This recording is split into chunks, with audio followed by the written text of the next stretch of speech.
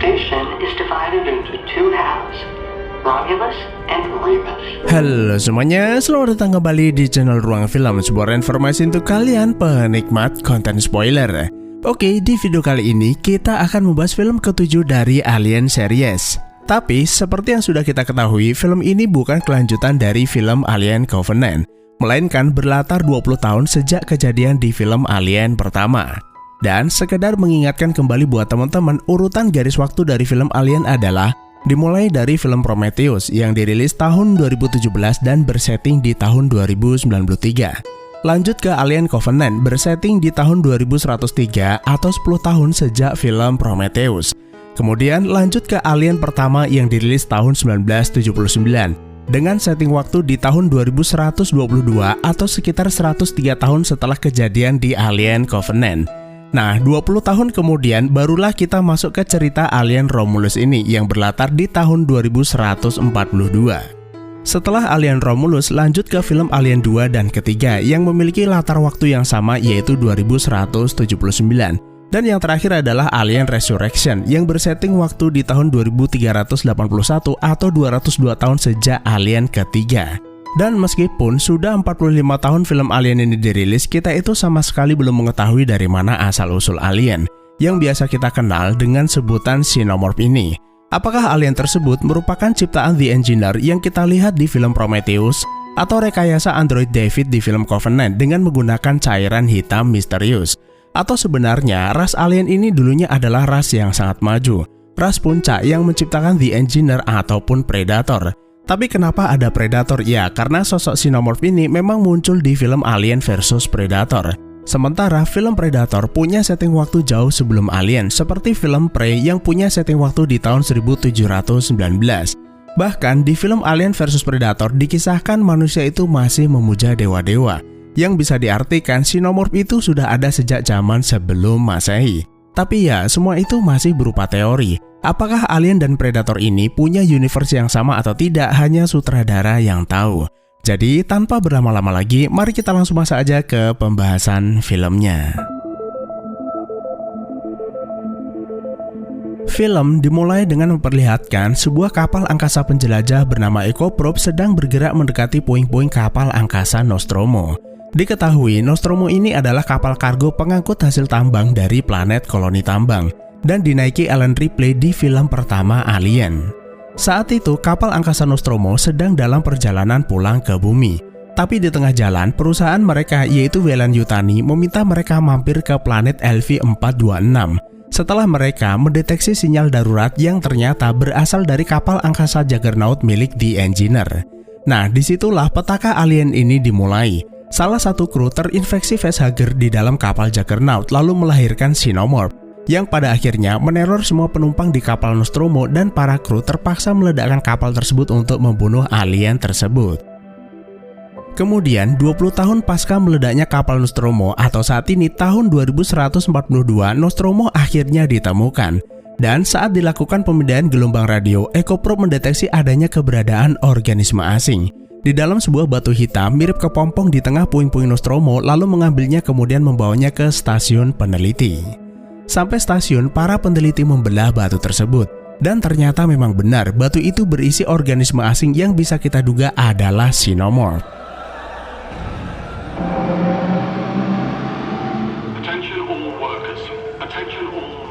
170 hari kemudian, kita diperkenalkan dengan seorang gadis muda bernama Ren. Ren adalah salah satu dari 3.000 pekerja di sebuah planet koloni tambang LV-410 milik perusahaan Weyland-Yutani yang disebut Jackson Star Mining Colony dan berjarak 65 tahun cahaya dari bumi. Tentunya para pekerja itu awalnya memang berasal dari bumi yang bermigrasi ke planet-planet koloni demi mendapatkan kehidupan yang layak. Meskipun sebagian dari para pekerja itu ada juga yang lahir di planet tersebut. Namun kenyataan ternyata nggak seindah yang diharapkan, karena rupa-rupanya Weyland-Yutani justru memperlakukan pekerjanya seperti budak. Bahkan menempatkan mereka di sebuah planet tambang dengan kondisi atmosfer yang selalu tertutup kabut serta kualitas udara yang buruk. Jadi nggak heran para pekerja itu mudah diserang penyakit lalu meninggal. Selain itu, Weyland-Yutani juga kerap memberi janji palsu akan mengirim pekerja ke planet yang lebih baik. Salah satunya adalah planet Yevaga yang katanya planet hijau dan menjadi impian bagi banyak pekerja. Kondisi tersebut tentu saja melahirkan gelombang protes dari para pekerja. Tapi apa hendak dikata, mereka itu tinggal di planet antah berantah tanpa ada harapan bisa pulang ke bumi. Jadi mau nggak mau, mereka itu tetap harus bekerja sampai kontrak selesai lalu pergi dari Jackson Star. Nah, ada kemungkinan hasil tambang yang dibawa oleh kapal angkasa Nostromo di film Alien 1 berasal dari planet-planet tambang seperti Jackson Star untuk dibawa ke bumi. Sejak ditinggal mendiang sang ayah, Ren ditemani robot android bernama Andy. Dan seperti yang kita tahu, sejak era Prometheus atau sekitar 120 tahun yang lalu, Weyland Industries membuat berbagai macam tipe robot untuk membantu manusia, seperti robot canggih David di film Prometheus. Namun karena usianya nggak lama lagi, sang ayah itu sengaja memprogram ulang Andy hanya untuk menjaga dan melindungi Ren. Karena itu, Ren menganggap Andy sudah seperti abangnya sendiri. We own 3 months today. Kebetulan hari ini adalah hari terakhir kontrak kerja Ren di planet ini, dan perusahaan menjanjikan akan mengirimnya ke planet Yevaga. Karena itu, Ren ditemani Andy mendatangi kantor administrasi perusahaan untuk menagih janjinya. Yevaga? Akan tetapi, bukannya mendapatkan haknya, pihak perusahaan malah memperpanjang kontraknya selama 6 tahun ke depan, dengan alasan kekurangan pekerja dan kuota penerbangan sudah penuh. Sementara Andy yang lagi nunggu di luar sendirian malah dibully anak-anak klitih. Kalau biasanya anak klitih itu bawa celurit, bocah klitih planet antah berantah ini bawa setrum-setruman lalu menyetrum Andy hingga terkapar. Untungnya Ren segera menyadari hal tersebut lalu mereset sistemnya agar Andy kembali normal. Tak lama berselang, Ren dihubungi mantan kekasihnya bernama Tyler agar datang bersama Andy ke trailernya karena ada hal penting yang ingin ia sampaikan. Nah, Tyler ini adalah operator pesawat penambang serta memiliki tim dan mengoperasikan pesawatnya sendiri yang disebut pesawat Corbelan. I told you she'd show up. Sampai di sana, Ren cukup terhibur karena akhirnya bisa bertemu lagi dengan sahabat lamanya, seperti Kay, adik kandung Tyler, Bjorn, sepupu Tyler, dan kekasihnya Navarro yang merupakan pilot dari pesawat Corbelan. I'm really glad you came. Setelah reuni singkat itu, Tyler menjelaskan bahwa ia dan teman-temannya berencana kabur ke planet Yevaga. Karena seperti yang mereka ketahui, perusahaan tidak pernah memberikan kepastian kapan mereka itu dikirim ke planet tersebut. Atau mungkin tidak akan pernah sama sekali. Show me what? Kabar baiknya, pesawat tambang ini dirancang lebih kuat dari pesawat komersil. Dan tentunya mampu pergi ke planet Yevaga yang berjarak 9 tahun perjalanan. Tapi masalahnya, mereka itu nggak punya cukup persediaan makanan dan oksigen untuk melakukan perjalanan selama itu. Terkecuali jika mereka itu punya kapsul hibernasi yang bisa mereka gunakan selama perjalanan. Nah, beruntungnya Tyler itu sudah menemukan solusi atas permasalahan tersebut. Jadi semalam saat mereka terbang di atas atmosfer, Navarro tanpa sengaja menangkap sebuah sinyal dari sebuah stasiun angkasa terbengkalai milik Weyland Yutani di sekitar cincin planet. Hingga saat ini sepertinya belum ada yang menyadari keberadaan stasiun tersebut, karena atmosfer selalu diselimuti awan tebal yang menghalangi sinyal komunikasi sampai ke bawah. Dan berdasar hasil pemindahan hyperlink yang dilakukan Navarro, stasiun itu memiliki beberapa kapsul hibernasi yang bisa mereka manfaatkan.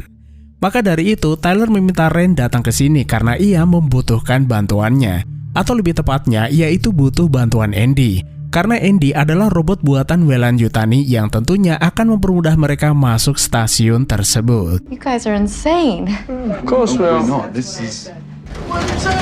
Wait. Awalnya, Ren itu menolak rencana tersebut karena jika ketahuan mereka itu bisa saja dieksekusi. Tapi Tyler mencoba meyakinkannya. Memangnya apa yang ia harapkan dari tempat ini? Hidup sendirian tanpa keluarga dan selamanya menjadi budak korporat. Selain itu, kesempatan ini hanya sekali. Dan sebaiknya mereka itu bergegas sebelum pihak perusahaan mengetahui keberadaan stasiun tersebut. Nah, singkat cerita, Ren akhirnya setuju dan mereka pun terbang menuju stasiun terbengkalai tersebut. Keluar dari atmosfer, mereka semua bisa melihat dengan jelas keadaan permukaan planet tinggal mereka yang sangat menyedihkan. Dan untuk pertama kalinya, Ren akhirnya bisa melihat matahari dari LV-410 yaitu Jackson Star. That's not a ship. Saat Corbelan mendekati stasiun, tiba-tiba muncul peringatan benturan. Sistem mendeteksi stasiun itu ternyata bergerak jatuh ke arah cincin planet dan akan bertabrakan dalam waktu 36 jam ke depan. Tapi itu bukan masalah karena mereka hanya butuh waktu 30 menit saja untuk mengambil apa yang mereka butuhkan.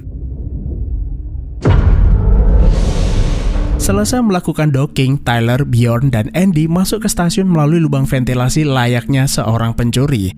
Sementara para ciwi-ciwi mengawasi mereka dari monitor pesawat. Sampai di dalam, mereka mendapati gravitasi buatan nyala mati karena generator stasiun berada di mode standby. Karena itu, mereka masuk anjungan terlebih dahulu untuk menyalakan generator gravitasi buatan. Dan untungnya, stasiun ini masih punya cukup daya untuk sekedar menstabilkan kadar oksigen dan gravitasi buatan. Lalu tak jauh dari situ, Tyler menemukan 5 biji kapsul hibernasi, yang tentunya cukup untuk mereka berlima terkecuali Andy. Tapi hal itu nggak masalah karena robot nggak butuh hibernasi. Namun sayangnya, setelah dilakukan pengecekan, bensin kapsul itu tinggal 20% dan hanya bisa bertahan selama 3 tahun perjalanan. Padahal mereka itu butuhnya 9 tahun. Jadi apa boleh buat, misi pun terpaksa diperpanjang karena mereka harus mencari bahan bakar tambahan. Setelah itu, Tyler mengeluarkan 5 kapsul hibernasi tersebut keluar stasiun lalu meminta Navarro membawanya masuk ke Corbelan. Sementara ia dan yang lainnya akan keliling stasiun untuk mencari bahan bakar kapsul hibernasi. Usai mengamankan kapsul, Navarro kembali melakukan docking ke stasiun. Namun tak lama berselang, Kay itu muntah-muntah yang ternyata Kay itu lagi hamil muda akibat pergaulan bebas. Tapi Kay minta Ren merahasiakannya dari Tyler, karena seandainya ia tahu Tyler akan membatalkan perjalanan ini. The station is divided into 2 halves, Romulus and Remus. Sampai di lorong utama, mereka bertiga mendapati kalau stasiun ini merupakan stasiun penelitian dan pengembangan Weyland-Yutani bernama Renaissance dan terbagi menjadi 2 bagian stasiun utama, yaitu Remus di bagian atas dan Romulus stasiun di bagian bawah. Jadi mereka saat ini sedang berada di stasiun Remus. Masuk ke ruang kontrol, mereka mendapati ada sebuah lubang menembus hingga beberapa lantai ke bawah, serta sebuah robot android yang sepertinya sudah nggak aktif. Untuk berjaga-jaga, Bjorn mengambil alat penyetrum karena ia mulai merasa ada yang nggak beres dengan stasiun ini. Lalu tak jauh dari situ, mereka menemukan ruangan bertuliskan cryo chamber, yang awalnya mereka kira adalah penyimpanan bahan bakar tapi ternyata bukan, melainkan ruangan dengan beberapa mesin pendingin yang sepertinya digunakan untuk membekukan spesimen penelitian. Namun setelah diperiksa, bahan bakar dari mesin pendingin itu ternyata sama dengan yang digunakan kapsul hibernasi. Bahkan kapasitasnya itu lebih dari cukup untuk perjalanan ke planet Yevaga. Ketiganya kemudian mengambil bahan bakar tersebut. Tapi ketika dicopot, alarm tiba-tiba berbunyi dan pintu menutup otomatis. Karena sepertinya ruangan ini mengaktifkan karantina darurat untuk melindungi spesimen yang ada di dalam ruangan. Sialnya, Andy itu nggak bisa membuka pintu ruangan karena pintu itu membutuhkan otoritas khusus. Dan rupa-rupanya spesimen penelitian yang dibekukan itu merupakan facehugger. Nah, facehugger ini merupakan parasit yang menginfeksi makhluk hidup seperti manusia atau binatang dengan cara memeluk wajah inangnya untuk menanamkan benih yang nantinya akan melahirkan xenomorph melalui tubuh inangnya. Dan itulah kenapa parasit ini dinamai facehugger. Dan seperti yang teman-teman ketahui, facehugger ini berasal dari telur ratu xenomorph yang disebut ovomorph. Jadi, ketika seekor ratu alien bertelur, telur itu tidak serta-merta melahirkan xenomorph, melainkan seekor parasit yang membutuhkan inang makhluk hidup untuk melahirkan xenomorph. Apa boleh buat, Ren dan Navarro terpaksa masuk stasiun untuk menolong mereka. Ren berencana mengambil modul Android stasiun yang ada di ruang kontrol, lalu memasangnya ke Andy untuk mentransfer kredensialnya, sehingga Andy itu punya otoritas tinggi untuk membuka pintu tersebut. Sambil menunggu diselamatkan, Tyler memasukkan bahan bakar itu ke dalam tas, dan tak lama berselang, Ren datang lalu meminta Tyler memasang modul itu ke Andy. Tapi mereka harus menunggu beberapa menit karena Andy harus mereboot sistemnya. Tapi sialnya, karena mesin pendingin mati, kantung penyimpanan itu mulai menghangat. Dan satu persatu, facehugger yang ada di dalamnya keluar kemudian menyerang Tyler dan Bjorn.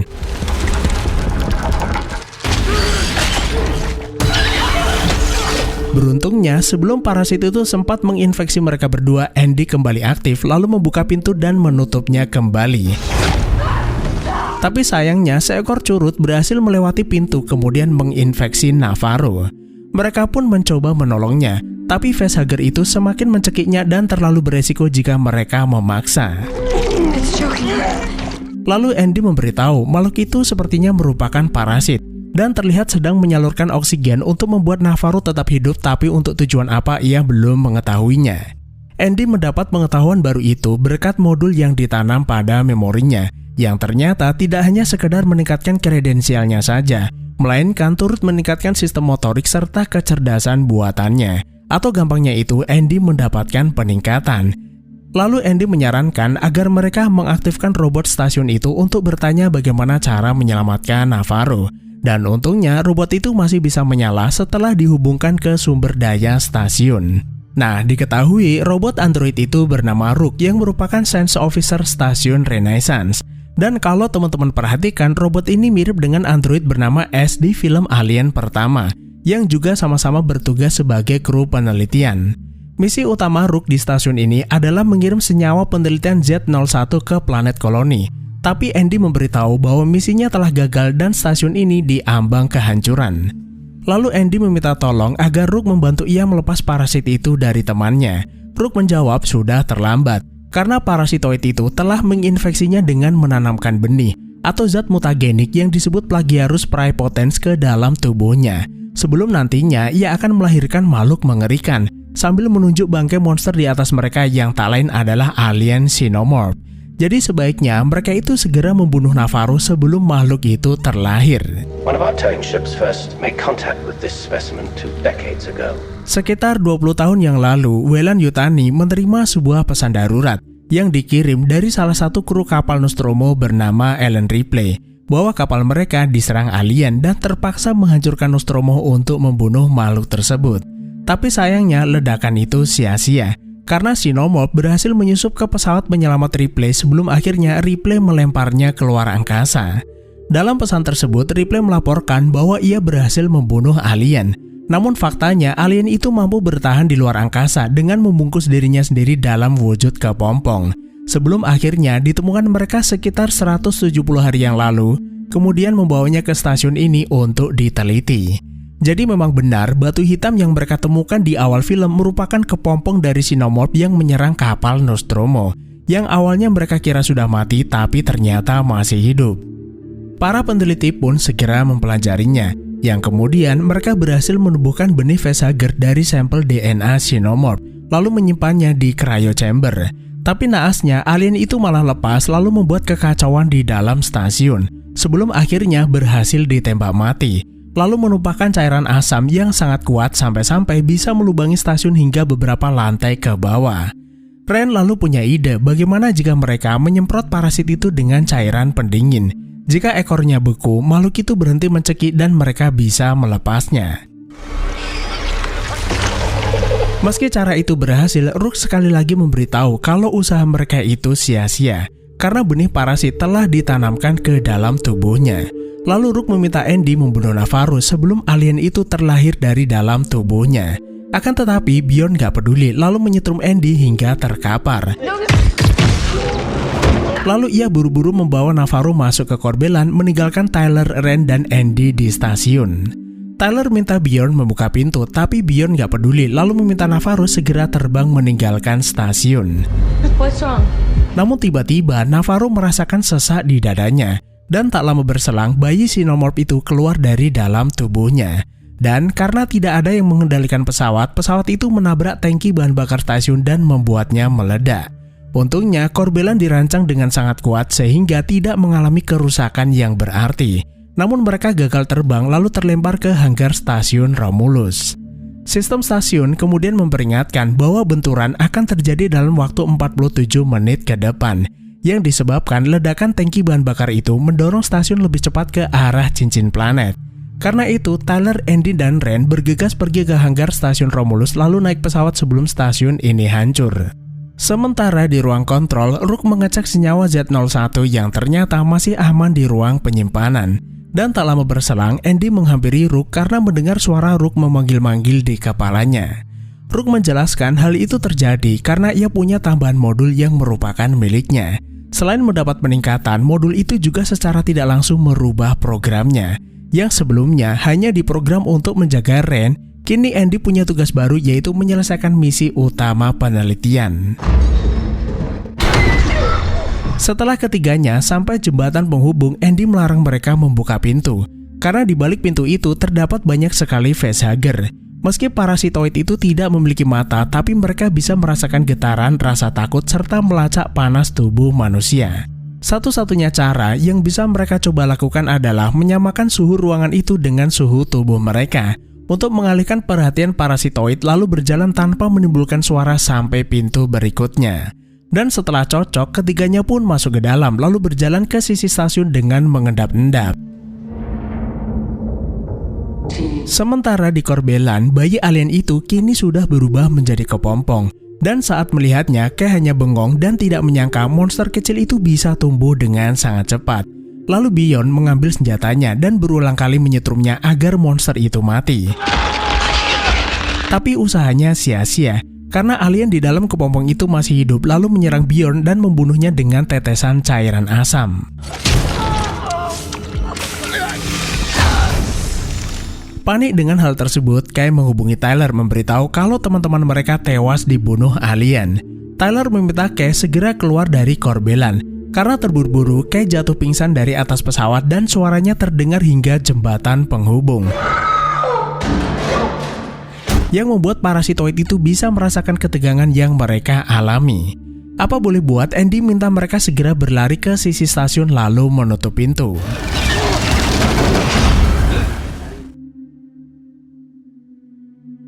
Sementara di hanggar, Kay akhirnya sadar dari pingsannya karena tersiram air dari sistem anti kebakaran. Kay mencoba membuka pintu masuk, tapi aksesnya ditolak dan membuat alarm menyala. Untungnya, Tyler datang lalu meminta Andy membuka pintu. Namun, saat Andy hendak menekan tombol, Andy melihat alien itu diam-diam memperhatikan Kay di belakangnya seakan sengaja menunggu Andy membuka pintu. Karena itu, Andy menolak membuka pintu dan membiarkan alien itu menangkap Kay. I'm truly sorry. Lalu Andy meminta maaf tidak bisa menuruti perintahnya lagi. Lalu menjelaskan bahwa tujuannya saat ini adalah menyelesaikan misi perusahaan. Terlebih di situasi genting saat ini, mereka itu harus mengambil keputusan rasional meski harus mengorbankan seseorang. Dan setelah misi utama selesai dilakukan, Rook akan mempersiapkan Corbelan agar mereka berdua bisa segera pergi ke planet Yevaga. Sementara ia akan kembali ke planet Jackson untuk mengirim senyawa Z01 ke koloni manusia, dengan asumsi mereka itu selamat dari stasiun ini. Setelah itu, Andy membawa mereka berdua ke lantai dasar stasiun, di mana para peneliti mengembangkan senyawa Z01 di laboratorium Romulus. Semua penelitian ini bermula ketika populasi manusia di luar bumi semakin berkurang akibat kondisi planet koloni yang tidak ideal, yang bisa disimpulkan bahwa umat manusia memang tidak cocok untuk kolonisasi luar angkasa, terutama di planet-planet tambang. Untuk itulah mereka berusaha menciptakan organisme yang sempurna. Kemudian di dalam parasitoid yang ia rekayasa secara biologis dari DNA Xenomorph yang menemukan zat unik berwarna hitam yang merupakan sebuah kehidupan dalam bentuk murni. Namun jika salah dalam menanganinya, cairan mikroorganisme itu bisa menjadi patogen paling mematikan, seperti cairan hitam yang ditemukan David di film Prometheus. Ya, karena memang ada kemungkinan kedua cairan hitam itu adalah zat yang sama. Organic. Maka dari itu, mereka mencoba memodifikasi ulang zat tersebut dengan menghilangkan sifat perusaknya dan hanya menyisakan kemampuan unggulan Xenomorph, seperti kemampuan mempercepat atau memperlambat metabolisme tubuh, serta kemampuan penyembuhan diri yang sangat cepat. Lalu ia menunjukkan rekaman video uji coba pada seekor tikus yang terluka parah. Saat senyawa Z01 itu disuntikkan, cairan itu dengan mudah bersimbiosis lalu menulis ulang DNA tikus tersebut dan menyembuhkannya dalam waktu singkat. Mirip seperti pertumbuhan Xenomorph yang sangat cepat. Jika nantinya cairan ini berhasil diuji coba pada manusia, bukan tidak mungkin manusia akan menjadi organisme yang sempurna, tidak pernah sakit, menua, bahkan abadi. karena zat itu akan selalu meregenerasi sel serta menulis ulang DNA di puncak performanya. Nah, peningkatan inilah yang sebenarnya diharapkan Weyland saat ia menemui The Engineer di film Prometheus. Ia berharap The Engineer mau membantunya memecahkan masalah utama manusia, yaitu kematian.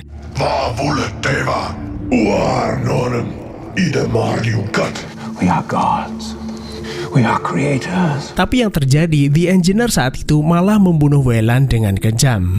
Jadi, misi utama Andy saat ini adalah memberikan cairan itu kepada koloni untuk dipelajari lebih lanjut serta mengujinya pada manusia, sebelum nantinya benar-benar diberikan kepada seluruh umat manusia. Namun sialnya, saat mereka hendak keluar, alien itu sudah ada di depan pintu. Lalu Andy memberi mereka senjata canggih yang bisa membidik secara otomatis. Tapi mereka tidak boleh menggunakannya, karena mereka saat ini ada di lantai bawah.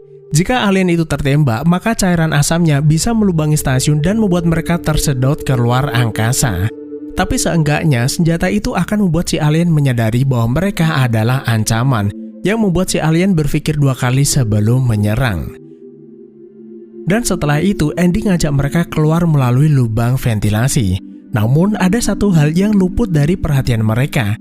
Tikus yang sebelumnya sembuh karena diberi senyawa tersebut, tiba-tiba tubuhnya meledak sebelum akhirnya berubah menjadi besar seperti bangkai yang terlihat di akuarium.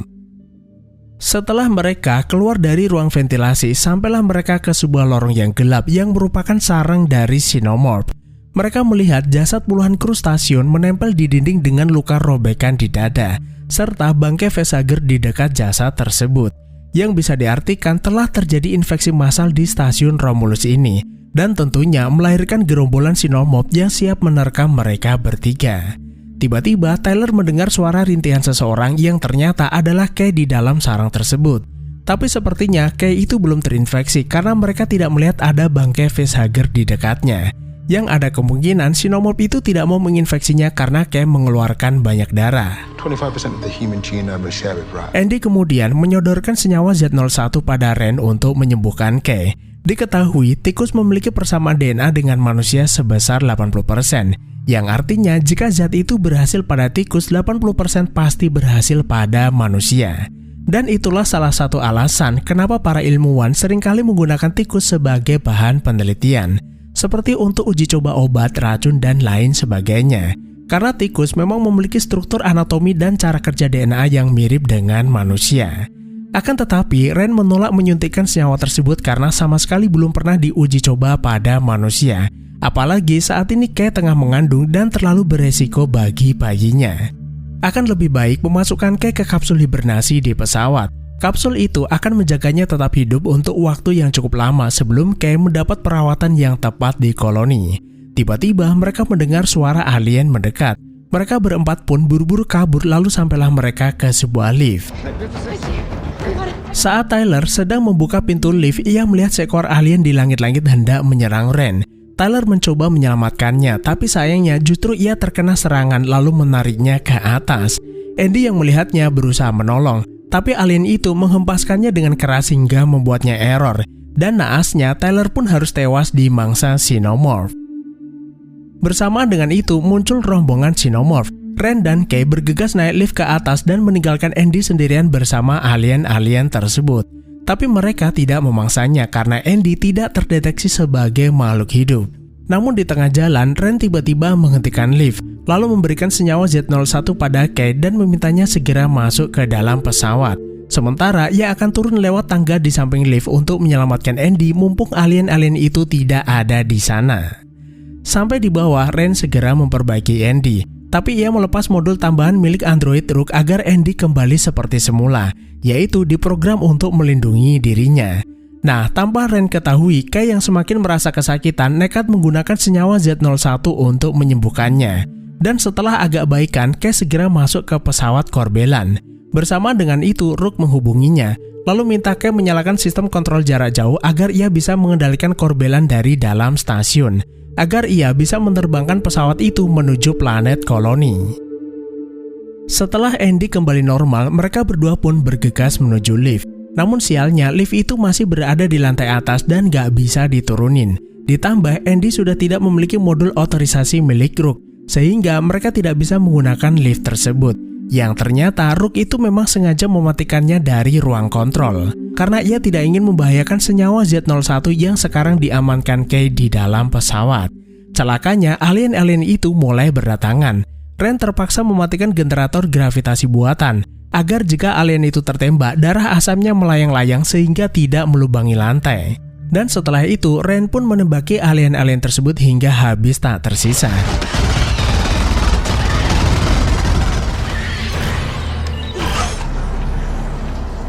Tapi mereka itu lupa bahwa saat generator gravitasi dimatikan, sistem akan mencoba memperbaikinya, yang membuatnya nyala mati secara berkala. Dan sialnya, rombongan alien kloter kedua berdatangan menyerang Ren lalu membuatnya terpental ke atas lorong. Bersama dengan itu, sistem gravitasi buatan menyala, membuat Ren yang belum sempat meraih pegangan terjun bebas. Sementara cairan asam itu tumpah ke lantai dan mulai melubangi stasiun. Celakanya, tarikan gravitasi buatan membuat lift yang ada di atas turut terdorong ke bawah. Namun Andy mencoba menahan sebisanya. Lalu di bawah, seekor alien yang sedang memburu Ren melihat Ren jatuh lalu menangkapnya. Dan beruntungnya, saat alien itu hendak memangsanya, cairan asam menembus lantai menyebabkan tekanan udara tersedot ke bawah. Karena sudah nggak kuat, Andy melepas pegangannya, membuat lift meluncur bebas hingga mengenai rombongan alien di bawah serta menutup lubang di lantai. Namun sayangnya, alien di samping Ren berhasil menghindar dan siap memangsanya. Beruntung, Andy datang tepat waktu lalu menembaki alien tersebut. Setelah itu, mereka berdua bergegas naik ke atas lalu masuk ke dalam pesawat. Dan bersamaan dengan itu, Rook berhasil mengambil alih Corbelan lalu menerbangkannya keluar stasiun menuju LV-410. Sementara stasiun itu mulai mendekati cincin planet. Ren kemudian membaringkan Kay di kapsul hibernasi, lalu mematikan sistem autopilot karena ia tidak ingin kembali ke koloni, melainkan langsung terbang ke planet Yevaga bersama Kay dan Andy. Rook memperingatkan Ren bahwa senyawa itu harus dikirim ke koloni demi pengembangan dan keselamatan umat manusia. Tapi Ren gak peduli dan selang beberapa saat, stasiun itu menghantam bebatuan di cincin planet kemudian hancur berkeping-keping. Setelah itu, giliran Ren yang akan masuk ke kapsul hibernasi. Namun tiba-tiba terjadi malfunction di kapsul Kay. Ren mengeluarkannya lalu mendapati perut Kay sudah membesar seperti hendak melahirkan.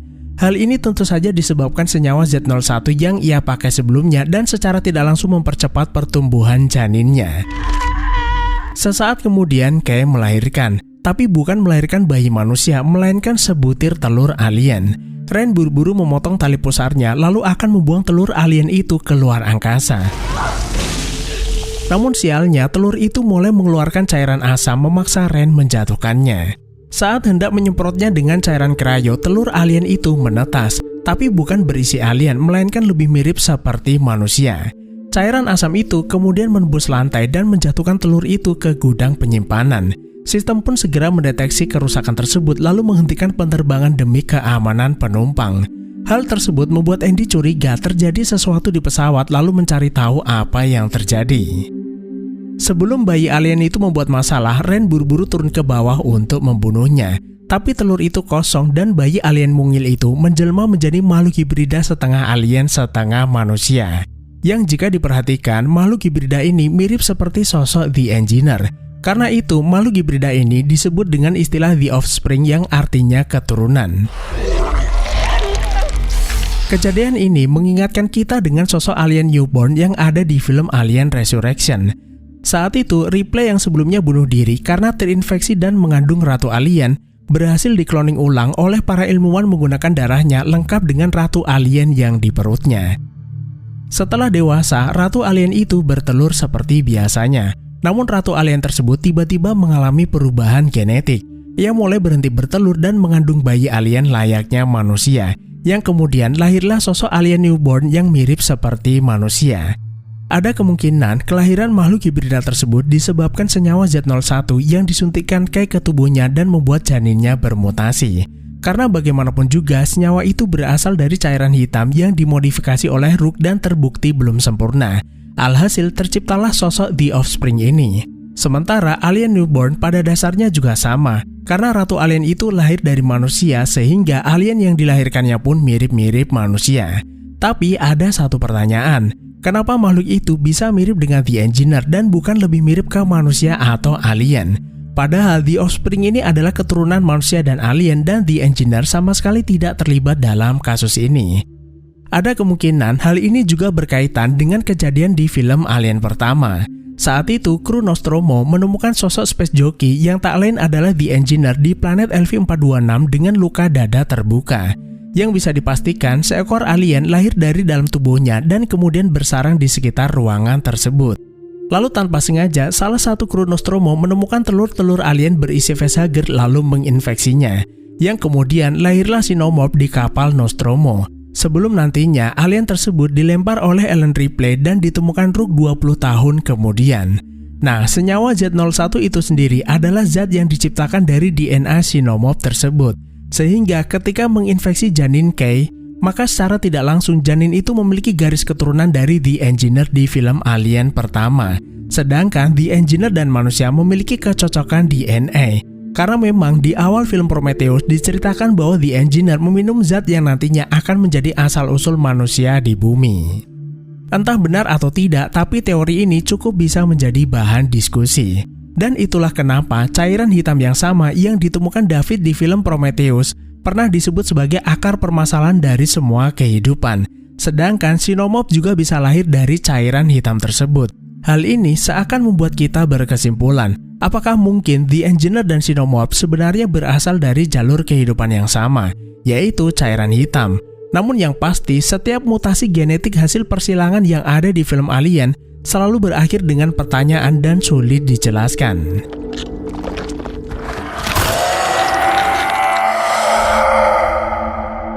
Oke, kita kembali ke pesawat. Alien hibrida yang baru saja lahir itu ternyata sudah naik ke atas tanpa sepengetahuan Ren lalu menghampiri Kay. Andy berusaha mencegah, namun si anak alien marah lalu memukulnya hingga rusak.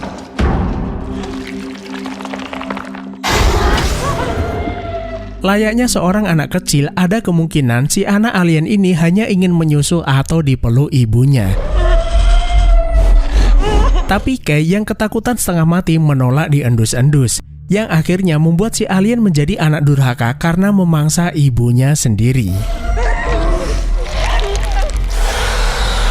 Melihat hal tersebut, Ren menyemprotnya dengan cairan beku.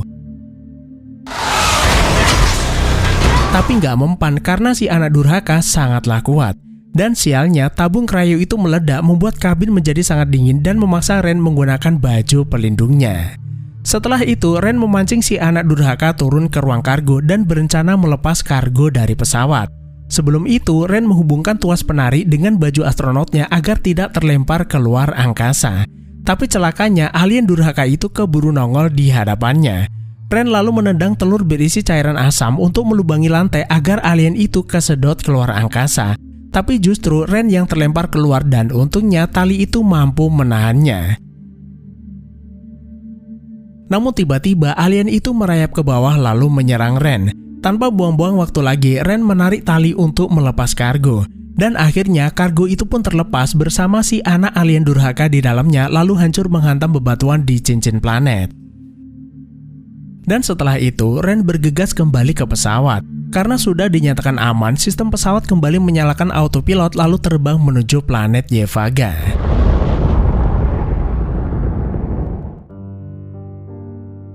Ren lalu memasukkan Andy ke kapsul hibernasi setelah sebelumnya rusak karena diserang si anak alien. Dan ia berjanji akan memperbaikinya sesampainya di tujuan. Sebelum tidur panjang, Ren meninggalkan catatan suara yang berisi seluruh insiden yang dialaminya, serta tujuan akhirnya yaitu planet Yevaga tanpa mengetahui apakah ia akan mencapainya atau tidak. Namun seperti apapun takdir membawanya, Ren akan menghadapinya dan akhirnya film pun selesai. Nah, seperti biasa, ending dari film Alien pasti akan selalu membuat kita berharap film ini punya kelanjutan. Seperti halnya kelanjutan dari film Covenant yang sudah kita tunggu sejak 7 tahun yang lalu. Dan perlu teman-teman ketahui, film Alien pertama dirilis 45 tahun yang lalu.